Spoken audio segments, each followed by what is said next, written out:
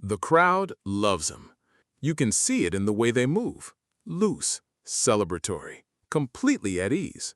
Someone is getting married. The hall is full, and at the center of it all, behind the decks, is Raymond Rowe, DJ Freeze, Lancaster's guy, the one you call when you want the night to go right. He is laughing at something someone said. He adjusts his headphones. He reads the room the way only someone deeply comfortable with people can. Nobody in that hall is afraid of him. Nobody in that hall has any reason to be. That is the thing about Raymond Rowe. For 26 years, he lived exactly like this. Visible, celebrated, trusted with your wedding, your school event, your community fundraiser. A father, a churchgoer, a neighbor. And somewhere in the back of every single one of those rooms, tucked underneath the music and the laughter and applause, was a secret that belonged to a December morning in 1992.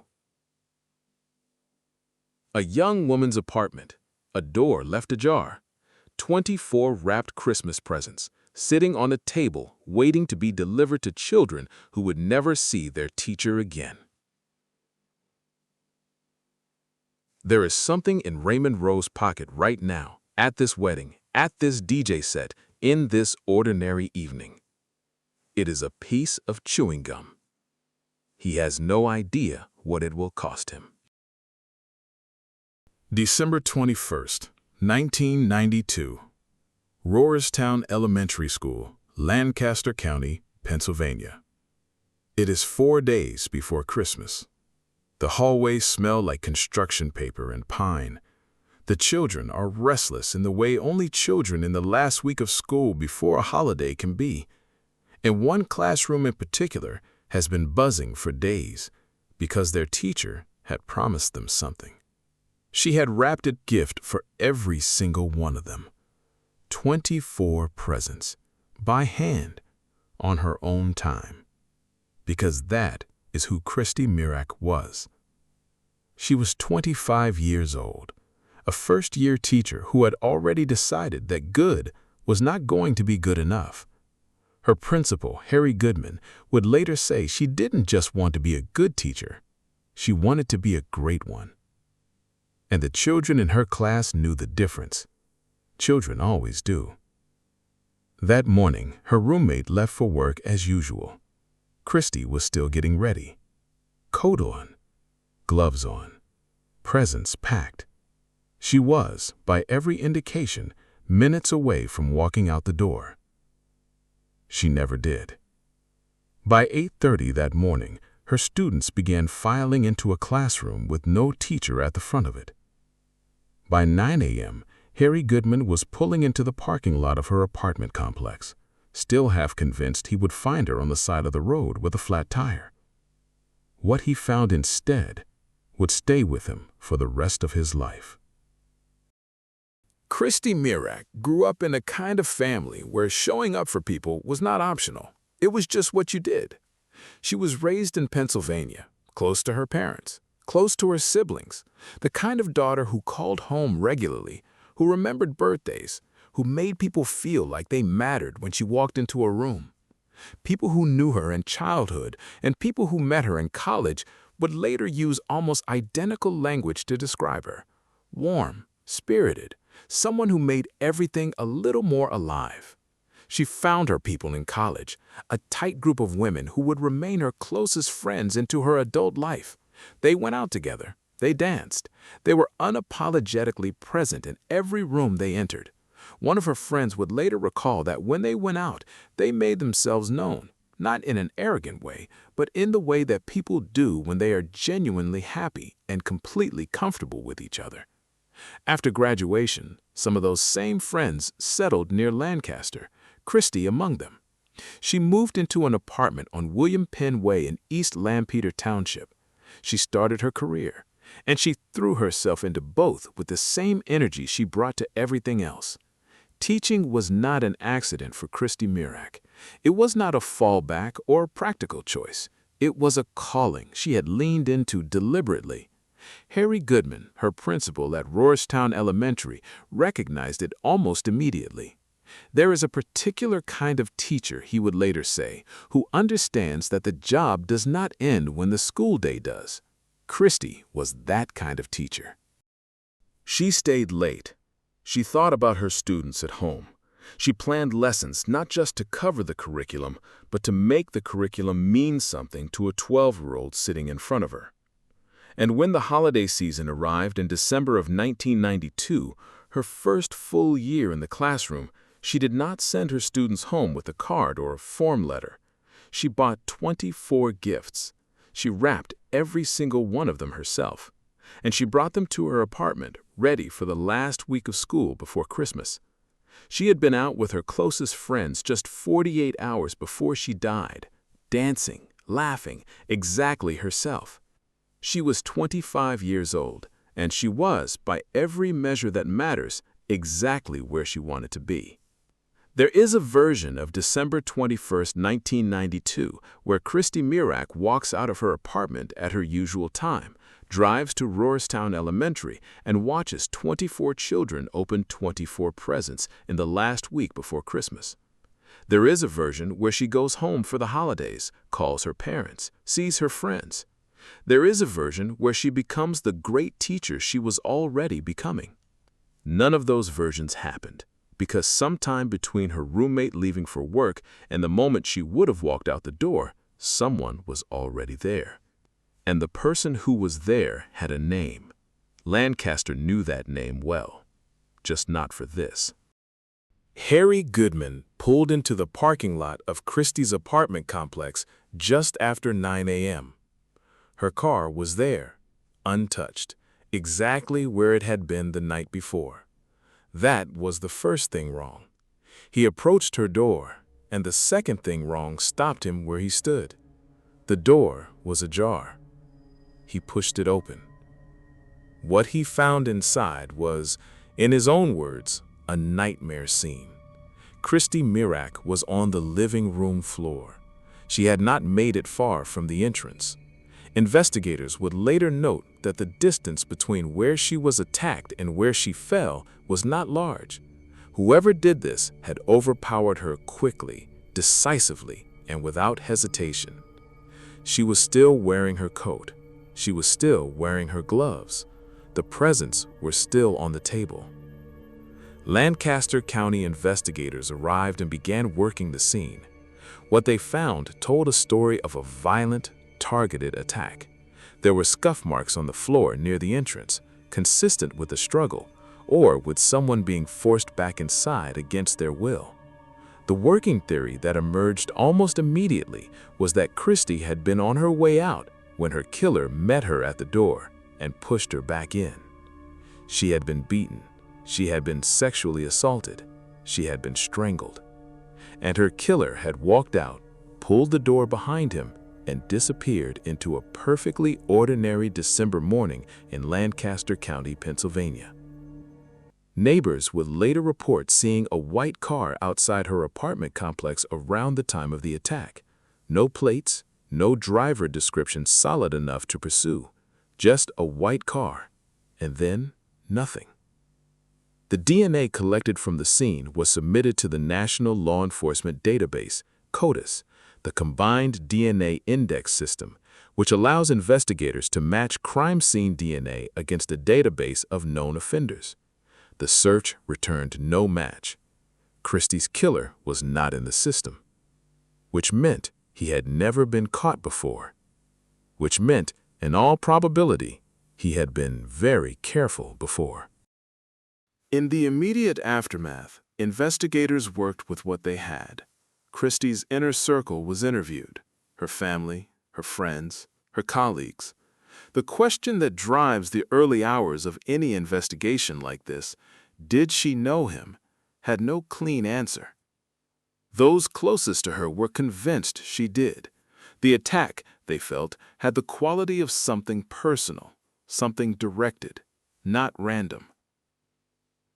A man emerged from the edges of the investigation who would draw significant attention. He was 20 years older than Christy, married. The day after her body was found, he arrived at Rorastown Elementary School carrying flowers and told school officials he had not known she was dead. He was, investigators would discover, Christy's secret boyfriend. He was also, after thorough investigation and DNA testing, entirely cleared. That is the particular cruelty of cases like this one. Everyone close to the victim is forced through a process of suspicion at the moment they are most devastated. Christy's family, her friends, the people who loved her, all of them had to exist inside an investigation that by its nature looked at them first. And none of them were responsible. The leads narrowed, then dried up. The white car went nowhere. The DNA matched no one. The reward Christy's family offered, $10,000, produced no new information that held up. Craig Stedman, who was a young prosecutor in Lancaster County at the time and would later become district attorney, would look back on the early investigation with a clarity that only distance allows. They had, he said, plenty of viable suspects in the beginning, and then, one by one, they ran out of them. By the mid-1990s, the case had gone cold. Christy Mirack's file sat in a cabinet in Lancaster County. Her killer coached Little League, DJed weddings, raised children, went to church, and built a business. His name was Raymond Charles Rowe. Most people in Lancaster knew him as DJ Freeze. He had been in the county since his late teens. Started out as a breakdancer, genuinely talented, people said, the kind of performer who made you stop and watch. By the late 1990s, he was the house DJ at the Chameleon Club, Lancaster's most well-known live music venue. From there, his reputation built steadily and organically, the way reputations do in mid-sized communities where everyone eventually knows everyone. Weddings, corporate events, school fundraisers, community celebrations. Raymond Rowe was there for all of it. He married, then married again, then a fourth time. He had children. He attended church. He built a company, Freeze Entertainment, that became a fixture in the Lancaster events scene. People hired him not just because he was good at what he did, but because they liked him, because he was warm, because he made people feel at ease. He was, by every visible measure, exactly the kind of person a community points to when it talks about itself. There is a word for what Raymond Rowe was doing those 26 years. He was hiding. Not in the shadows, not in isolation, not in some quiet corner of the county where nobody would notice him. He was hiding in the loudest, most visible, most trusted place he could find. In plain sight. In your community. At your event. 16 years after Christy's murder, in 2008, Lancaster County prosecutors revisited the case file. They found what investigators before them had found, solid DNA evidence from the crime scene, and no match anywhere in the national database. The case was transferred to Lancaster County District Attorney's Office in 2015. Christine Wilson, a senior prosecutor who had been a high school senior herself at the time of Christy's murder, requested it personally. She had always felt a connection to it she could not fully explain. She began reading through thousands of pages of reports, nights, weekends, going back to the beginning, looking for what had been missed, what had shifted, what new tools might now apply to old evidence. Christy's family, by this point, had been waiting for 23 years. Her principal, Harry Goodman, had never stopped thinking about her. The friends who had danced with her 48 hours before she died had built entire lives in the years since. Marriages, children, careers, all of it shadowed by a question that had never been answered. Wilson and her team made a decision that would change everything. They contacted Parabon Nanolabs. Parabon is a Virginia-based DNA technology company specializing in a field called forensic DNA phenotyping, the ability to extract physical characteristic predictions from a DNA sample: hair color, eye color, skin tone, facial structure. From a sample collected at a crime scene in 1992, Parabon built a composite image of what Christy's killer likely looked like. The image was released publicly. It did not produce an arrest. But it kept the case alive, and it kept Parabon in conversation with the Lancaster County DA's office, because the science was not standing still. And what came next, what was being developed quietly in labs and genealogy databases across the country, was something that investigators in 1992 could not have imagined. In 2018, the Lancaster County DA's office authorized Parabon to take the next step: genetic genealogy. Here is how it works and why it changed everything. Standard forensic DNA comparison requires a direct match, the crime scene DNA against a known sample from a specific person. If that person has never been arrested, never submitted a sample, never appeared in CODIS, they are invisible to traditional DNA forensics. Genetic genealogy works differently.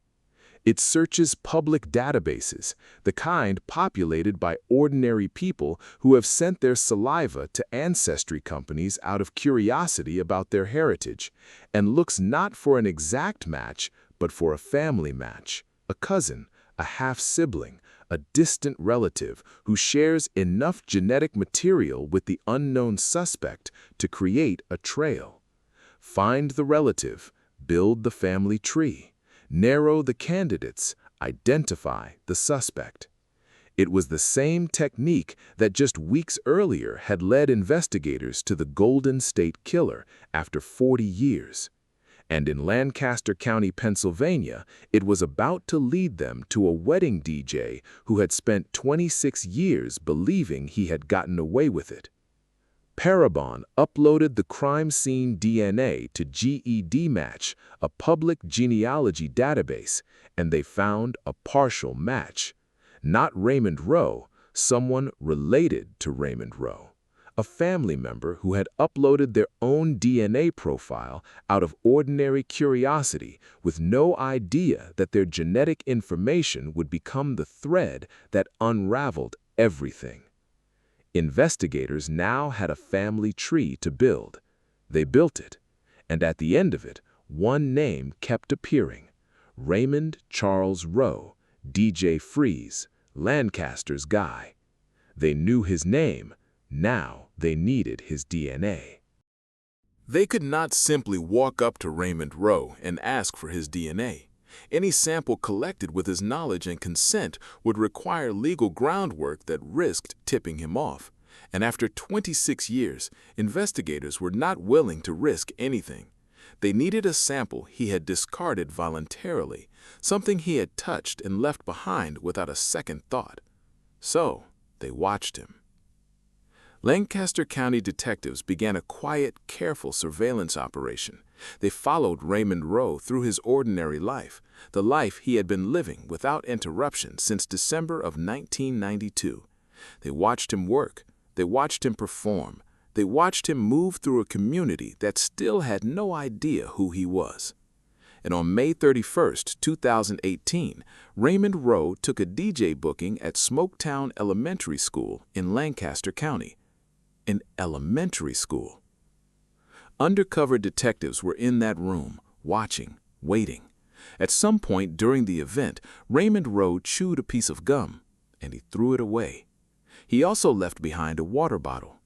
Investigators collected both items the moment he was gone: the gum, the water bottle. 26 years of a man believing he had left nothing behind, and here, at an elementary school, surrounded by children, he had left everything. The samples were sent to the lab. The results came back. The DNA from Raymond Rowe's chewing gum matched the DNA collected from Christy Mirack's apartment on December 21, 1992. The probability of the perpetrator being anyone other than Raymond Rowe, 1 in 200 octillion. Lancaster County District Attorney Craig Stedman would later stand at a podium and explain to reporters what an octillion was. 1,000 trillion trillion, a number with 27 zeros behind it. A number, he said, he had to look up himself because he had never encountered it before. There are approximately 7.5 billion people on this planet. Think back to the beginning of this story. Raymond Rowe at a DJ set, laughing, comfortable, a room full of people who trusted him completely. Something in his pocket. At that wedding, at every event before it, at every moment of the 26 years between December 1992 and May 2018, Raymond Rowe had moved through the world as though December 21st had never happened, as though Christy Mirack's apartment had never existed, as though the DNA he left behind was not sitting in an evidence locker in Lancaster County, waiting for technology to catch up to what he had done. He was not careful because he was brilliant. He was not free because he had outmaneuvered anyone. He was free because the tools to find him did not yet exist. And the moment they did, the moment a relative's curiosity about their ancestry intersected with a DA's office that refused to close a file, it took investigators less than a year to go from a family tree to a name to a piece of discarded chewing gum to an arrest. 26 years of freedom, undone by something he threw in the trash can without a second thought. On June 25, 2018, Lancaster District Attorney Craig Stedman stood before cameras and announced the arrest of Raymond Charles Rowe, age 49, charged with criminal homicide in the rape, beating, and strangulation of Christy Mirack on December 21, 1992. Rowe was taken into custody at his home. He was held without bail at Lancaster County Prison. Prosecutors announced they would seek the death penalty. Stedman's words at that press conference were precise, deliberate, the kind of words a man chooses carefully when he has been carrying something for a long time. This killer was at liberty from this brutal crime for longer than Christy Mirack was on this earth alive. 25 years. That was how long Christy had lived. 26 years. That was how long Raymond Rowe had been free. He had outlived his freedom from this crime by exactly 1 year more than she had outlived her birth.